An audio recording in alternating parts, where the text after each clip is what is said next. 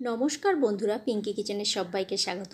আজ আমি তোমাদের সাথে শেয়ার করব বিনা তেলে চিকেন রান্না, একটি স্বাস্থ্যকর রেসিপি। প্রথমে আমি চিকেনটা ধুয়ে পরিষ্কার করে একটা বাটির মধ্যে রেখে নিয়েছি।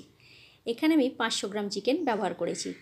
আদা, রসুন, কাঁচা লঙ্কা কুচি, টমেটো কুচি আর দুটো মিডিয়াম সাইজের পেঁয়াজকে একদম চপ করে কুচি করে নিয়েছি।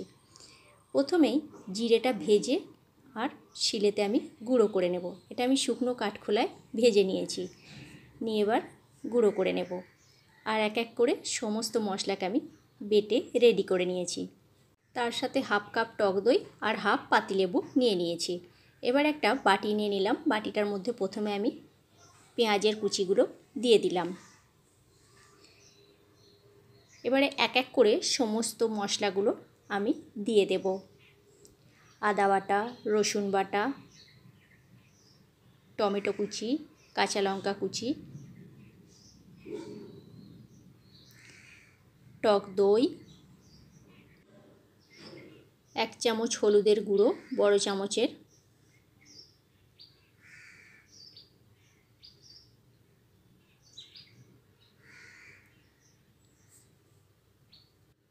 হলুদের গুঁড়োটা আর একটু সামান্য দিয়ে দিলাম। দিয়ে দিচ্ছি ছোট চামচের 1 চামচ জিরে গুঁড়ো,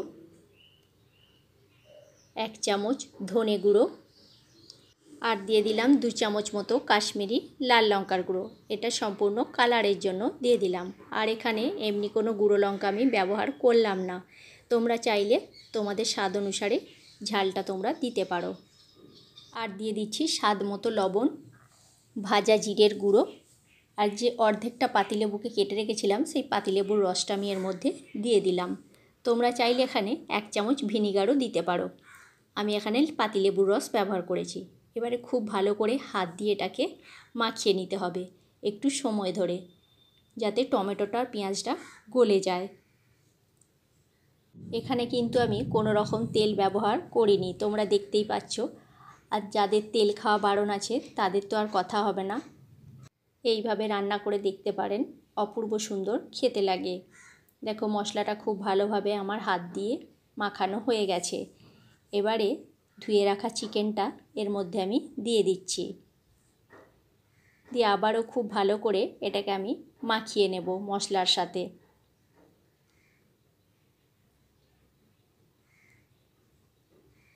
মশলার সাথে মাখিয়ে নিয়ে এটাকে ঢাকনা দিয়ে ঢেকে রেখে দেব 30 মিনিটের জন্য। খুব ভালো করে এটাও আমার মাখানো হয়ে গেছে। এবার এটাকে ঢেকে রেখে দিলাম 30 মিনিটের জন্য। 30 মিনিট পর আমি রান্নাটা শুরু করব, ততক্ষণ অন্য কাজটা করে নিচ্ছি। এবার একটা কড়াই বসিয়ে দিয়েছি। কড়াইটা আমার গরম হয়ে গেছে। এবারে ওর মধ্যে দিয়ে দিলাম ম্যারিনেট করা চিকেনটা। কোনো রকম কিন্তু তেল ব্যবহার করিনি, দেখতেই পেলে তোমরা। এবারে গ্যাসের ফ্লেমটা মিডিয়াম টু লোতে রেখে এটাকে আস্তে আস্তে কষাবো।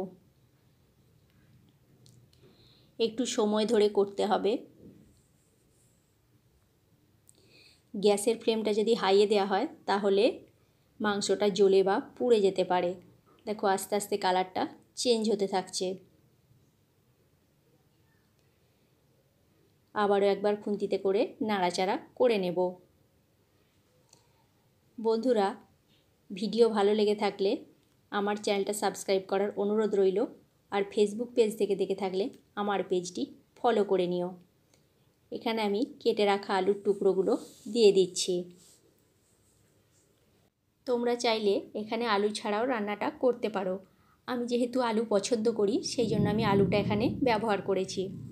এবার একটা ঢাকা দিয়ে ঢেকে দিলাম কিছু সময়ের জন্য। কিছু সময় পর আবার ঢাকাটা খুলে একবার নাড়াচাড়া করে নেব। গ্যাসের ফ্লেমটা লোতে করে আমি রান্নাটা করছি।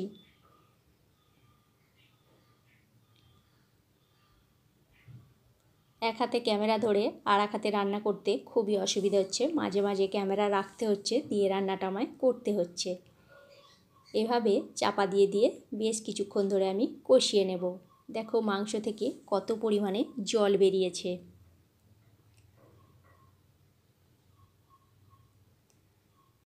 আবারও একবার আমি নাড়াচাড়া করে নিচ্ছি আর মশলার বাটি ধুয়ে জলটা দিয়ে দিলাম।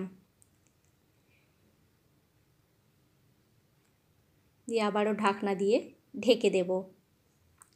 রান্নাটা ঢাকা দিয়ে দিয়ে করলে তার টেস্টটা খুব ভালো হয়।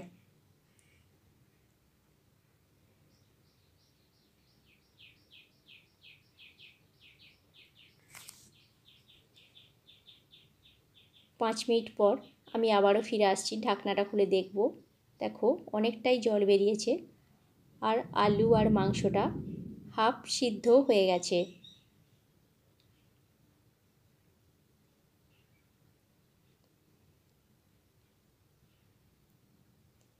এবারে আর ঢাকা দেব না, একটু সময় ধরে এটাকে কষিয়ে নিচ্ছি।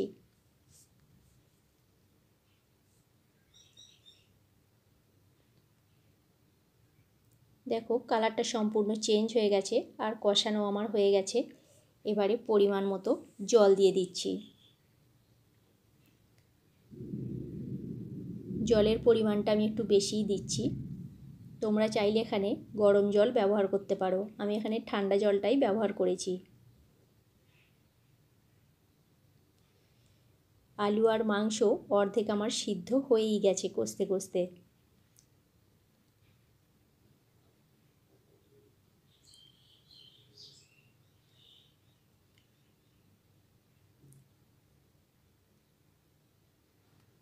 এবারে এটাকে আমি মিনিট 10 জন্য হতে দেব।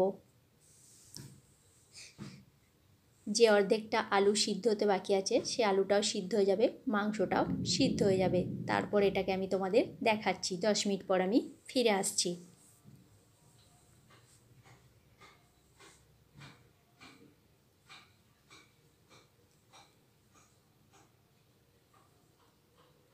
দশ মিনিট আমার হয়ে গেছে, আবারও আমি ঢাকনাটা খুলে দেখব এবার মাংস আর আলু সিদ্ধ হয়েছে নাকি। মাংস আলু সমস্তটাই সিদ্ধ হয়ে গেছে। ঝোলটা কত সুন্দর দেখতে হয়েছে দেখছো বন্ধুরা, তেল না দিয়েও কত তেল বেরিয়েছে আর কালারটাও খুব সুন্দর এসেছে। নামাবার সময় দিয়ে দিচ্ছি 1 চামচ মতো গরম মশলার গুঁড়ো। এবার আমি গ্যাসের ফ্লেমটা অফ করে দিয়ে এটাকে কিছুক্ষণ স্ট্যান্ডিং টাইমে রেখে দেব। তারপর এটাকে আমি পরিবেশন করব। এটা গরম গরম ভাতের সাথে এই বিনা তেলে মাংসের ঝোলটা অপূর্ব সুন্দর খেতে লাগে। তোমরা এইভাবে অবশ্যই একবার বাড়িতে ট্রাই করো বন্ধুরা, আর কেমন লাগে আমায় কমেন্ট করে কমেন্ট বক্সে অবশ্যই জানিও। এবার এটাকে আমি পরিবেশন করে দিচ্ছি।